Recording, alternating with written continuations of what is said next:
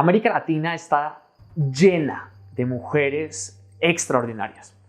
Mujeres que han usado sus talentos para cambiar el mundo. Mujeres que se dedican el día a día a hacer que estemos mejor preparadas y preparados para liderar la cuarta revolución industrial.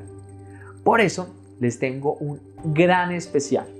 Vamos a tener 5 mujeres que nos van a contar esas historias de cómo ellas se han vuelto líderes en América Latina para hacer que en esta región no superemos la pandemia, sino para que lideremos la cuarta revolución industrial. Por favor, suscríbanse, conéctense con estas historias y cuéntenos para ustedes cuál es la mujer más importante que tiene hoy América Latina.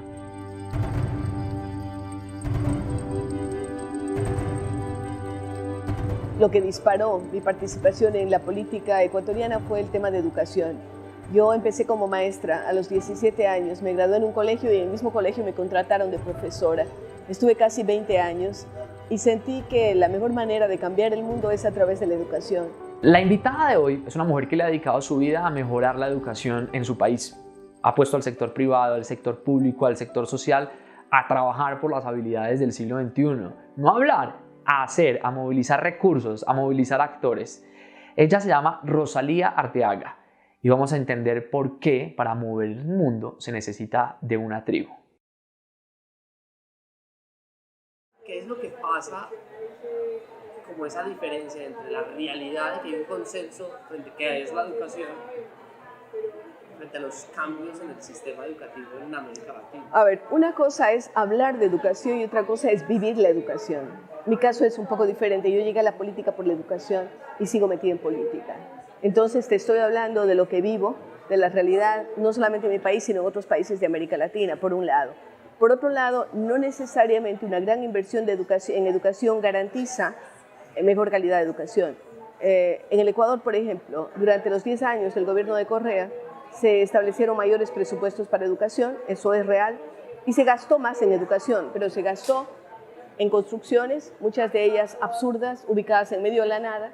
Los niños tenían que hacer un viaje, todavía tienen que hacer un viaje largo para llegar a la escuela. No se daban cuenta de que cerrando las escuelas comunitarias estaban quitándole la razón de ser a esos pequeños pueblos, a esos pequeños grupos de familias que estaban viviendo en una zona a lo mejor alejada, pero que necesitan tener la educación cercana para sus hijos.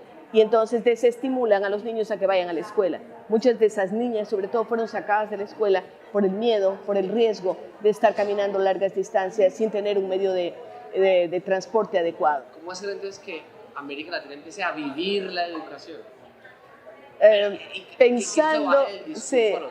Pensando seriamente que si no modificamos calidad de educación no vamos a salir adelante. Mira, yo comparo lo que pasa entre los diversos continentes. Cuando veo qué ha pasado con Corea, con Singapur, con Taiwán, estos países tenían niveles de desarrollo mucho más bajos que América Latina, mucho más bajos. Hace 50 años, tú compara la situación de Taiwán o la situación de Corea, era totalmente impensable que llegaron a los espacios que han llegado ahora. Y América Latina se sigue rezagando, porque estos otros países sí se dieron cuenta y comprendieron que invertir en educación es lo que tiene mayor rentabilidad. Por supuesto, para esto, ¿qué tenemos que pensar? Primero, en políticas continuadas de educación, no que cada ministro y cada gobierno piense que descubre el agua tibia, como decimos en el Ecuador, y quiera cambiar todo y empezar de cero. Eso es un absurdo. Segundo, el pensar que se cosecha de forma inmediata, ¿no? Cuando hablamos de educación, tenemos que pensar para futuro. No estamos pensando para forma inmediata y las soluciones no vienen. O sea, tú me dices, cambiemos la educación en este momento, y yo te digo, no puedo hacerlo. Puedo poner bases, puedo empezar los cambios, pero esto vamos a verlo tal vez en una generación los resultados. Pero no tenemos la paciencia en América Latina para esperar por esos resultados y siempre queremos estar haciendo novelerías. ¿Qué significa hacer novelerías? Cosas como decir, los maestros tienen que quedarse 8 horas diarias en su establecimiento educativo porque ahí tienen que investigar y no sé qué y no sé cuánto. No se dan cuenta que en el establecimiento educativo no hay una sala para investigar, ni siquiera hay un lugar para que los profesores estén, ¿no? Eso es una novelería. Por otro lado, decir, vamos a reemplazar el inglés por las lenguas nativas, quichua, lindísimo, sí, el quichua es maravilloso, pero el lenguaje de las comunicaciones y de la ciencia es el inglés. Tenemos que enseñar a nuestros niños que hablen inglés.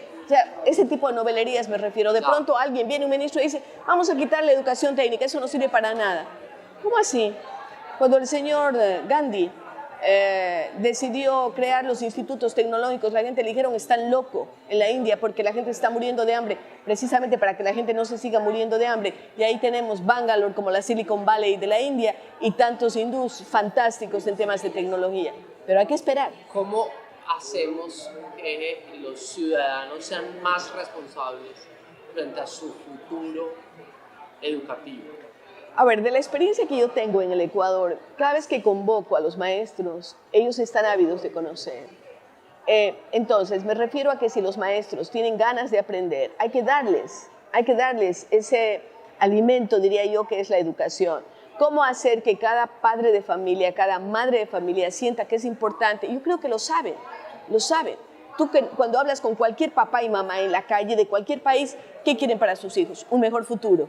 Y saben que la educación es una escalera para llegar a ese mejor futuro. Sin embargo, lo matriculan en una escuela pública porque no tienen acceso a una privada en donde en general hay mejor calidad de educación. Lo han demostrado muchas veces las pruebas PISA o aquellas que se toman esas evaluaciones en los diferentes países, pero no tienen acceso, ¿no? Entonces hay que pensar cómo valoramos la educación pública, la mejoramos, ¿no? Y hacemos que esos niños y jóvenes tengan mejor calidad de educación. ¿Qué puede hacer un papá o una mamá cuando no va a hacerse meter política? No se va a meter a hacer cambios sistémicos, no va a ser emprendedor. A ver, ¿qué pueden hacer papá y mamá? ¿Qué pueden hacer ellos que dicen, bueno?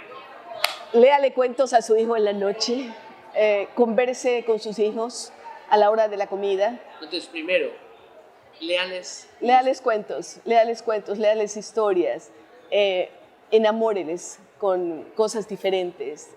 Apague la televisión cuando están comiendo, deje de lado el celular, atienda a los hijos. Cuando yo lo hablo como mamá y como abuela ya, yo sé que la vida diaria hace que uno no puede estar en el desayuno, no puede estar en el almuerzo porque o sale muy temprano o está trabajando al mediodía y los hijos están en clase, pero en la noche, reúnense, pero reúnense sin aparatos electrónicos. Eso es lo que yo les digo a mis oyentes cuando estoy en un canal, en la radio, en un programa de radio que tengo semanalmente en el Ecuador o en uno de televisión.